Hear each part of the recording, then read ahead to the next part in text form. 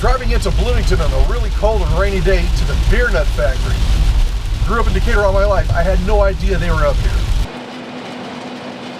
The story dates back to 1937. My grandpa's brother purchased a store that he worked at. He was about 18, 19, in downtown Bloomington.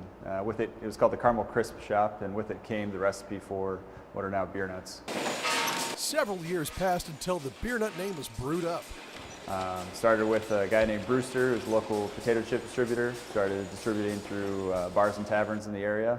And he, after about a year, convinced my grandpa to package up the Shirks glazed nuts and sell them around the area. And sold pretty well, so they teamed up and formed Beer Nuts. For about 20 years, Beer Nuts were the company's bread and butter. Sorry, can't show you this. And apparently they're serious, but I had to try.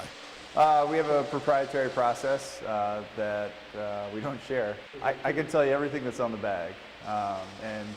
For Decatur, this is probably good. There are 4 ingredients: a peanut, which comes from Georgia, corn syrup, that's coming from Tate and Lyle, coconut oil, that's coming from ADM, and salt. So, cashews were introduced in the 70s. Almonds came later.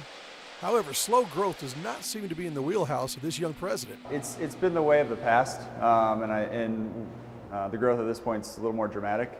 We're seeing more opportunities to work with our brand. Packaging is also evolving. Beer bottle bag. It only took us 64 years to figure out how to put beer nuts in a beer bottle bag. So, a quality product requires quality people to make it. Been here probably 6 or 7 years. Started in packaging as a mechanic. Kind of worked my way up through the ranks. So you have to be kind of nuts to work here, don't you? Really? That's not that funny. Nothing? Retaining people also extends to the retail shop.